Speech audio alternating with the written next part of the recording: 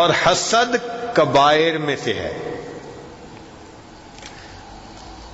آسمانوں پہ سب سے پہلا گناہ حسد کی وجہ سے ہوا۔ شیطان ملعون نے آدم علیہ السلام سے حسد کیا،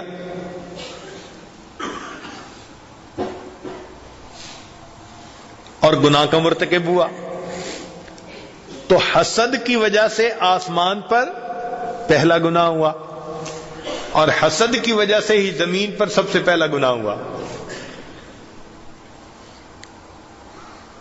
کہ دو بھائی تھے، ان میں سے ایک کی بیوی زیادہ خوبصورت تھی اور دوسرے کی نہیں تھی، اس کو حسد ہوا اور اس نے حسد کی وجہ سے اپنے بھائی کو قتل کر دیا۔ یہ زمین پر سب سے پہلا گناہ۔ تو آسمان پہ پہلا گناہ بھی حسد کی وجہ سے، اور زمین پہ پہلا گناہ بھی۔ اس لیے نبی علیہ السلام نے تعلیم دی وَلَا تُحَاسَدُوا، تم حسد نہ کرو۔ حدیث مبارکہ سن لیجئے ذرا، غور کرنے کی بات ہے۔ لا یجتمع فی جوف عبد الایمان والحسد، بندے کے دل میں دو چیزیں جمع نہیں ہو سکتی، ایمان اور حسد۔ حسد آتا ہے تو ایمان رخصت ہو جاتا ہے، یہ دو چیزیں اکٹھی نہیں ہو سکتی۔ لہذا جو اپنے دل میں حسد محسوس کرتے ہیں وہ اپنے ایمان کی خیر منائیں، کیونکہ نبی علیہ السلام نے فرمایا کہ ایمان اور حسد یہ دو چیزیں ایک دل کے اندر جمع نہیں ہو سکتی۔ اور یہ بھی فرمایا کہ الحسد یاکل الحسنات کما تاکل النار الحطب، کہ جس طرح آگ خشک لکڑی کو کھا لیتی ہے، حسد اس طرح انسان کی نیکیوں کو کھا جاتا ہے۔ تو حسد کرنے سے اپنی نیکیاں گئی، کتنا نقصان ہے یہ۔ اور حسد کیوں ہوتا ہے کہ اللہ دوسرے کو کسی نعمت سے نوازتا ہے۔ لوگوں کو مال سے حسد ہوتا ہے، حسن و جمال سے حسد ہوتا ہے، فضل و کمال سے حسد ہوتا ہے، کوئی نہ کوئی نعمت ہوتی ہے دوسرے کے پاس جس کی وجہ سے ان کو حسد ہوتا ہے۔ تو گویا حسد کرنے والا اللہ تعالی کی تقسیم پر راضی نہیں ہوتا، اس کو تقدیر پہ شکوہ ہوتا ہے کہ اس کو کیوں ملا، یہ مجھے ملنا چاہیے تھا۔ اور اللہ کی تقدیر پہ جو راضی نہ ہو تو اللہ تعالیٰ تو اس بندے سے بہت ناراض ہوتے ہیں۔ اس لیے فرمایا کہ جب لوح و قلم کو پیدا کیا گیا تو اللہ نے قلم کو حکم دیا کہ قلم لکھ، تو قلم نے لکھا لا الہ الا انا محمد رسولی، یعنی اللہ کی طرف سے لکھا جا رہا ہے میرے سوا کوئی معبود نہیں، محمد صلی اللہ علیہ وسلم میرے رسول ہیں۔ پھر آگے قلم نے لکھا من لم یستسلم بقضائی، جو میری قضا کو تسلیم نہیں کرتا، ولم یصبر علی بلائی، میری بھیجی ہوئی بلاؤں پر صبر نہیں کرتا، ولم یشکر علی نعمائی، جو میری نعمتوں کا شکر ادا نہیں کرتا، فلیتخذ ربا سوائی، اس کو چاہیے میرے سوا کسی اور کو اپنا رب بنا لے۔ تو ہم اللہ کی تقدیر پہ راضی رہیں، اللہ نے جس کو جو عطا کیا وہی بہتر اور اچھا ہے۔ دل میں حسد نہ پیدا ہونے دیں، اس لیے فرمایا ام یحسدون الناس علی ما آتاہم اللہ من فضلہ۔ تو الحسد و اعتراض علی قدر اللہ، اللہ کی تقدیر کے اوپر اعتراض ہوتا ہے۔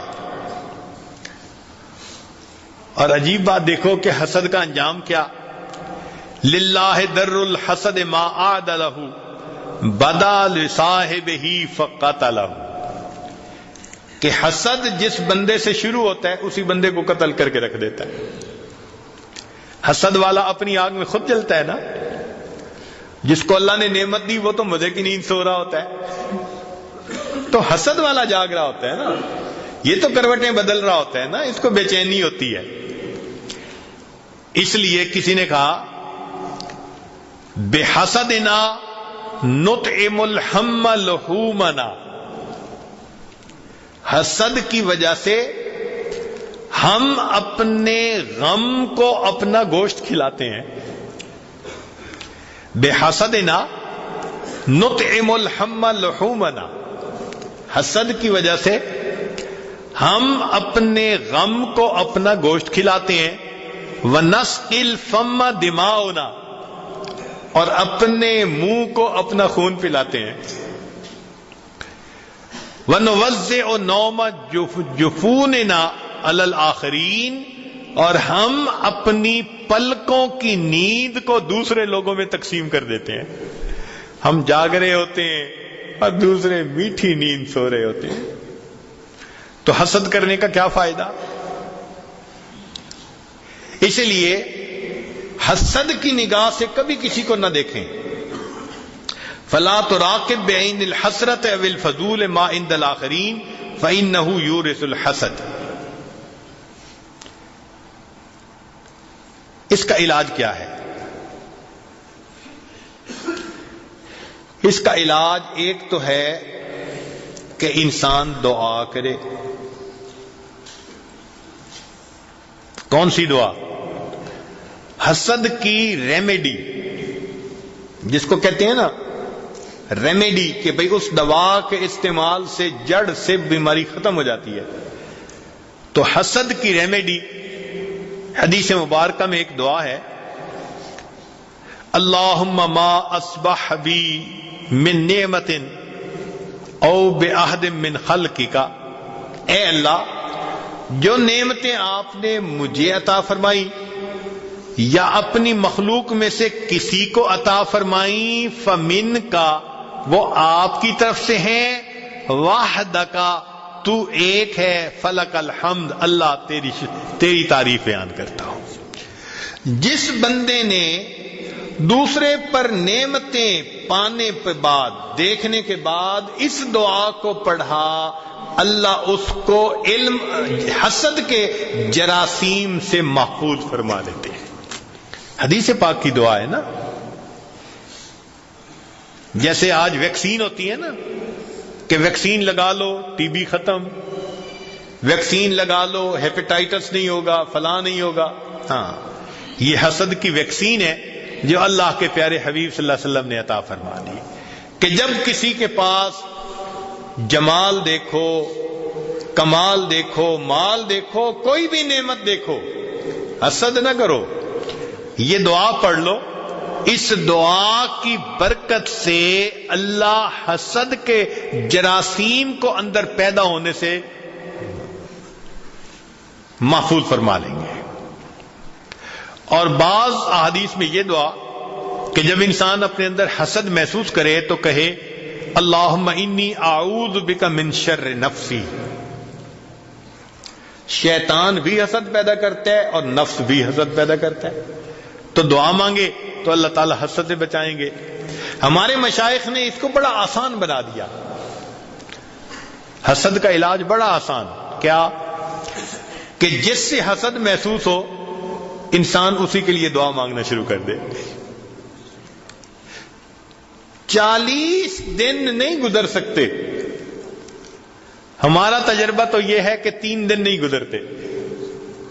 بڑے لوگ آتے ہیں، بڑا حسد ہوتا ہے جی فلاں سے. اچھا بھئی 3 دن اس بندے کے لیے دعا مانگو. دعا کا لفظ نہیں نکلتا.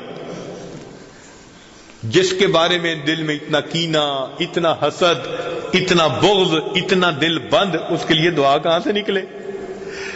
اور اگر اس کو مجبور کریں کہ نہیں دعا کرو، بس دعا نکلنے لگتی ہے اور شیطان بدبخت کی شیطانیت ختم ہو جاتی ہے. 3 دن سے پہلے اللہ اس بندے کے بارے میں دل کے اندر محبت ڈال دیتے ہیں.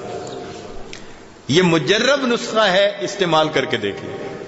کوئی بھی بتایا آپ کو تو آپ اس کو یہ نسخہ تجویز کر سکتے ہیں کہ بھئی جس سے حسد محسوس ہوتا ہے اس کے لیے دعا کرو.